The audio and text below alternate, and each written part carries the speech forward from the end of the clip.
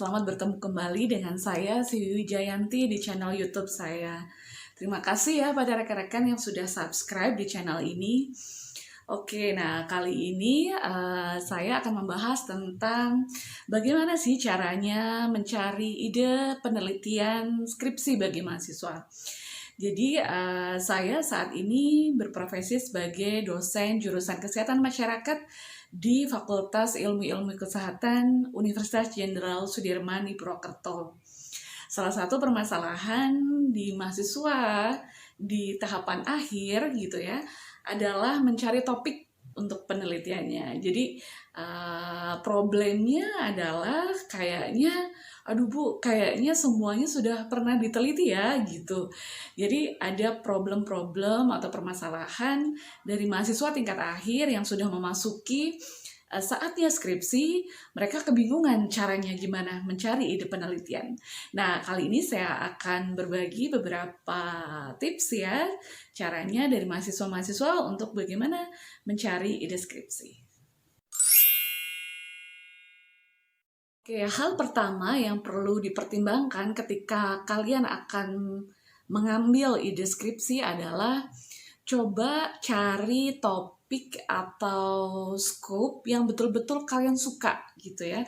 Misalnya kalian sudah berkuliah ya di jurusannya masing-masing. Pasti ada beberapa scope atau bidang ya yang memang kalian sukai gitu, yang kira-kira saya pengen penelitian di situ gitu ya. Pasti ada sisi-sisi yang itu. Jadi cari gali dulu sebelum kalian menentukan topik ataupun judul skripsimu gitu ya. Kira-kira topik yang disukai apa? Secara umum dulu deh gitu ya. Karena kalau kita meneliti sesuatu yang kita sukai ya, passionnya di situ itu pasti akan lebih kita merasa tertantang, kita merasa tertarik untuk kita bisa tahu lebih banyak. Nah, itu dibandingkan dengan kita yang nggak interest, nggak suka gitu, pasti akan rasanya akan berbeda.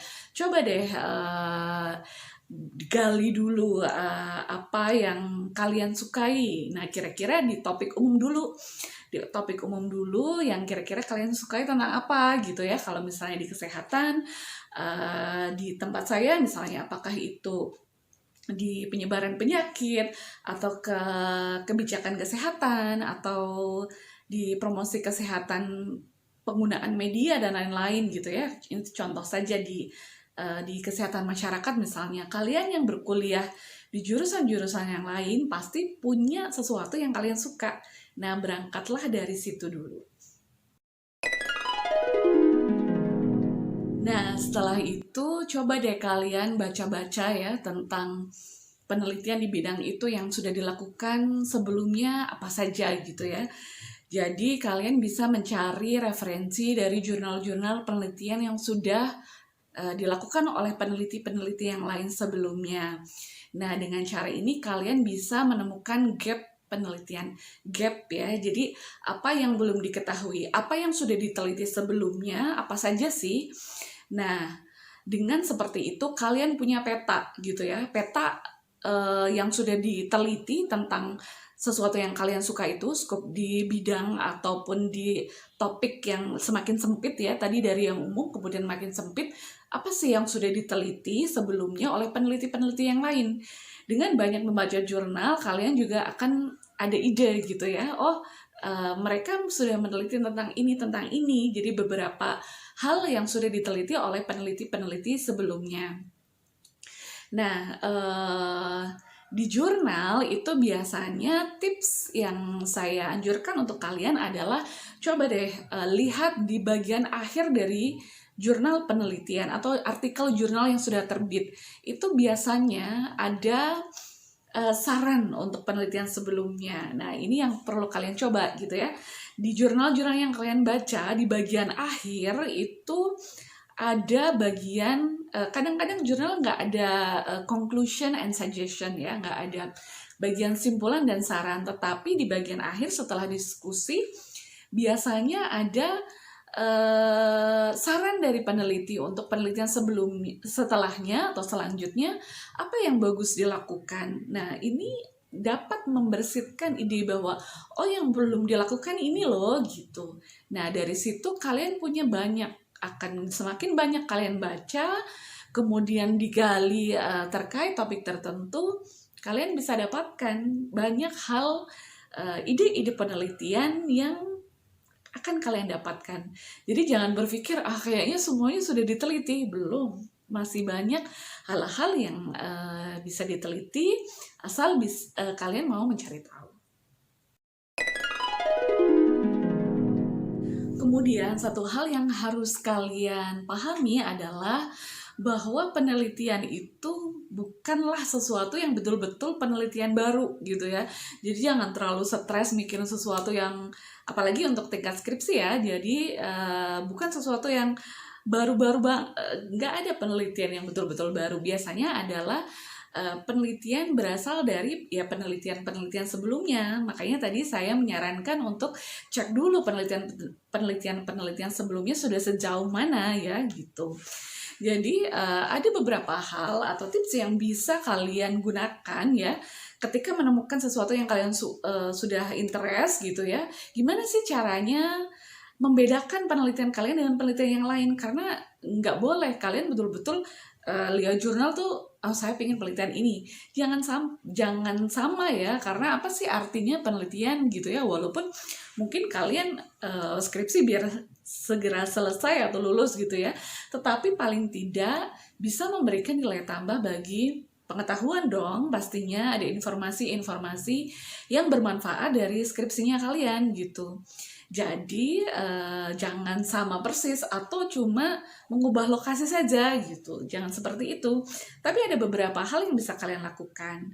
Yang pertama, kalian bisa cek variabel-variabelnya gitu ya. Misalnya ada satu topik, mungkin penelitian yang sebelumnya hanya meneliti sebagian kecil gitu ya. Kemudian ada penelitian lain yang meneliti variabel-variabel yang lain. Kalian bisa combine. Jadi pada penelitian kalian jadi lebih komprehensif, boleh begitu.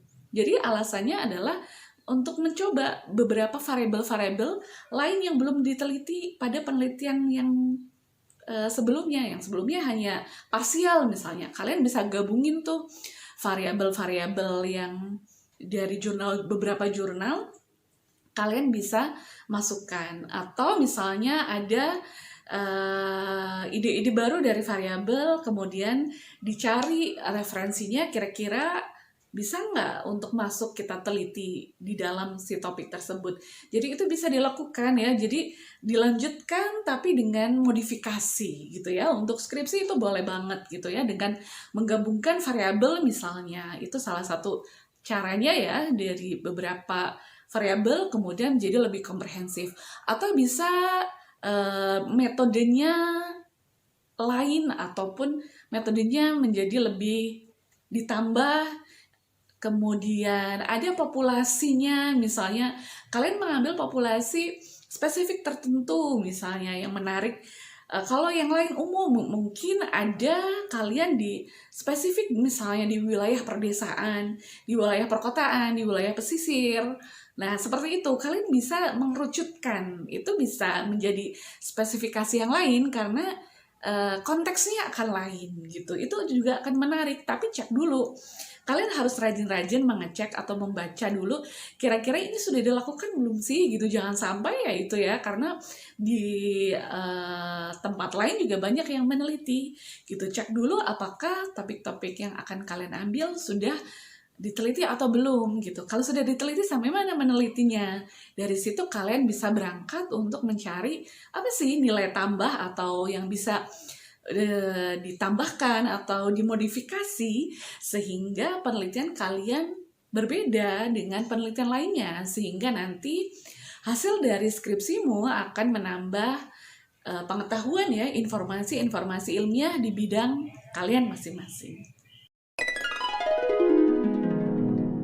Kemudian hal yang bisa kalian lakukan adalah dengan sharing atau tukar pikiran, diskusi dengan dengan teman, dengan dosen, ataupun dengan orang-orang yang kalian tahu di bidang itu yang sudah lebih ahli gitu ya. Jadi ini juga bisa kayak brainstorming atau kayak diskusi. Dari diskusi itu dengan teman-teman ataupun konsul dengan dosen boleh banget gitu ya. Ataupun dengan orang-orang yang sudah berkecimpung di bidang tersebut gitu yang kalian kenal gitu.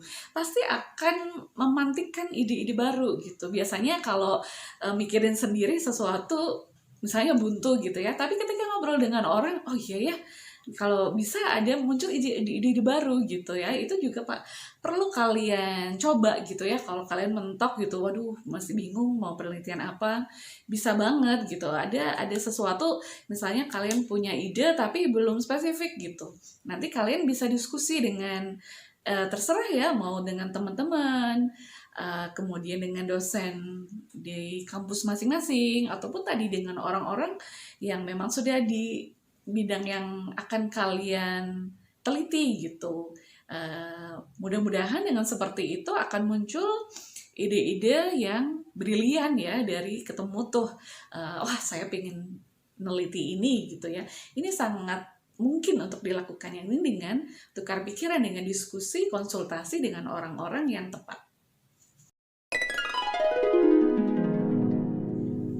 Nah, selain itu, salah satu cara kalian untuk mencari ide penelitian yakni dengan mengamati fenomena atau permasalahan-permasalahan yang ada di sekitar kalian atau di bidang yang kalian sukai itu ya. Karena sejatinya penelitian kan mencari problem yang akan kita selesaikan. Permasalahan penelitiannya tuh apa sih? Nah, biasanya selain di referensi, jurnal gitu ya, kita juga bisa mendapatkan itu dengan pengalaman, dengan mengamati, dengan misalnya kalian ada kegiatan-kegiatan di lapangan sebelumnya, misalnya ada magang, ada praktek kerja, belajar lapangan, kerja lapangan, kalian ketemu orang, kalian melihat sistem, melihat apa ya, fenomena ataupun realita yang ada di lapangan di bidang yang kalian tekuni, itu juga kalian juga bisa mengamati itu dan nanti bisa muncul ide-ide